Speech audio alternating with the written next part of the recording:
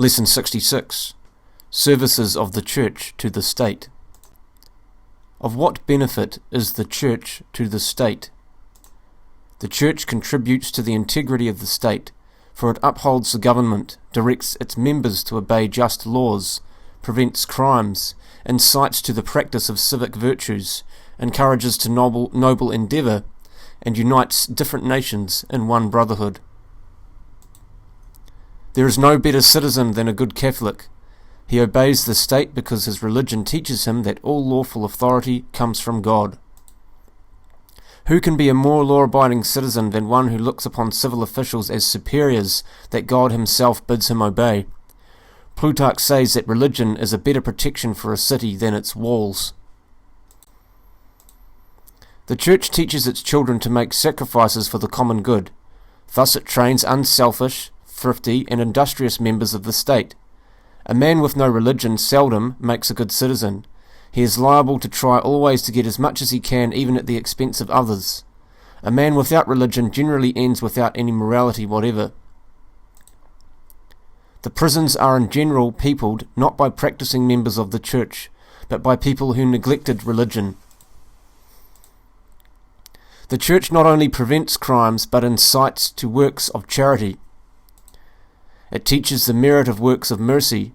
From its teachings bud forth orphanages, schools, hospitals, social service, etc. The great statesmen and patriots have recognized the necessity of religion in the state. Without religion among its citizens, the state would soon collapse. The Catholic Church teaches the best religion, the one taught by God himself. Washington said, "Of all the dispositions and habits which lead to political prosperity, religion and morality are indispensable supports. In vain would that man claim the tribute of patriotism who should labour to subvert these great pillars of human happiness, these firmest props of the duties of men and citizens." Napoleon himself confessed that no nation could endure without religion. By a common profession of faith, a common membership in the same body, and by the commandment of charity, the Church binds different nations in one brotherhood, the brotherhood of men, children of one God. Such a feeling of brotherhood would help greatly towards eliminating sectional and racial prejudices and strife.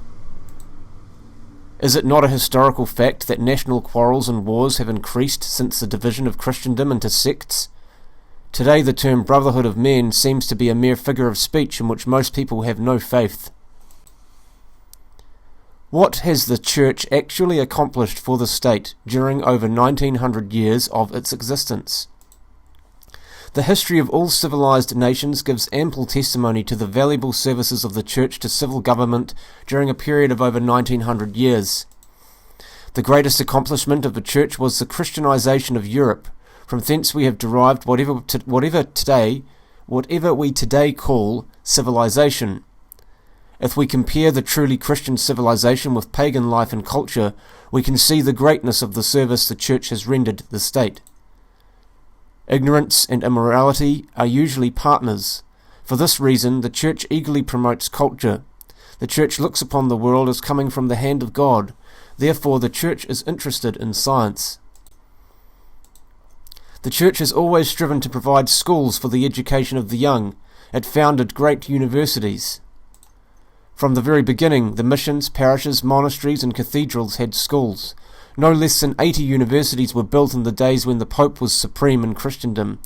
Of these, many still exist, though under different control. The encouragement given by the popes advanced education, medicine, surgery, literature, chemistry, mathematics, and other sciences.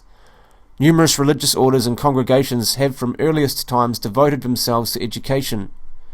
The Church, through its school system, also makes an important contribution to the education of many citizens in the state.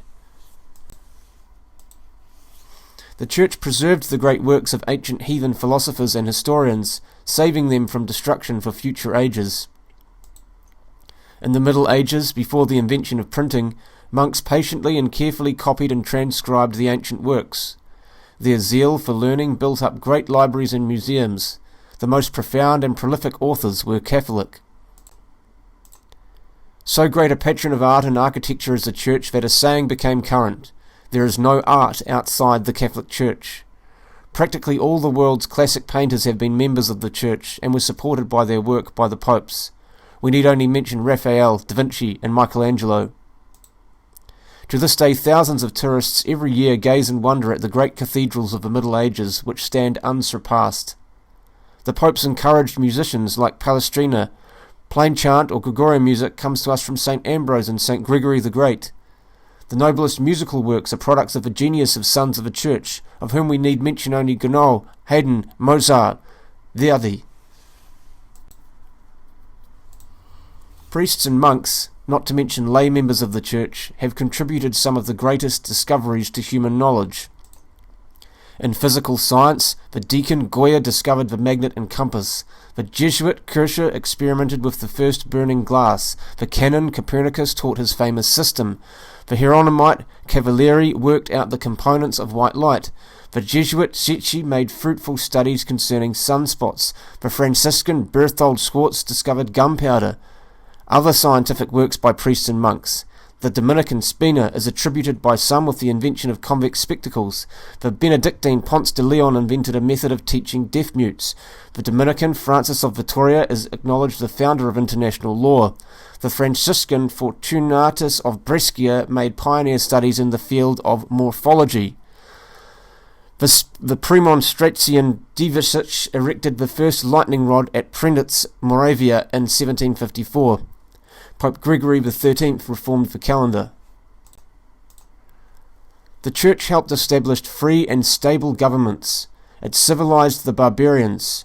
Through the Benedictines, Cistercians and Trappists, it reclaimed whole tracts of wastelands.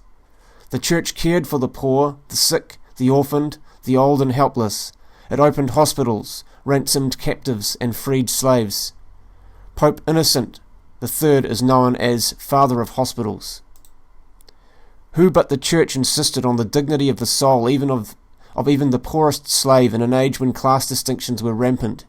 Who but the Church rescued women from degradation and formed that beautiful institution, the Christian family? The Church stood for the liberties of the people against the encroachments of tyrants. It has ever stood for the poor against the oppressions of the rich. It has stood for the maintenance of authority against the violence of rebellious subjects. The whole history of Christian civilization has the mark of the Church.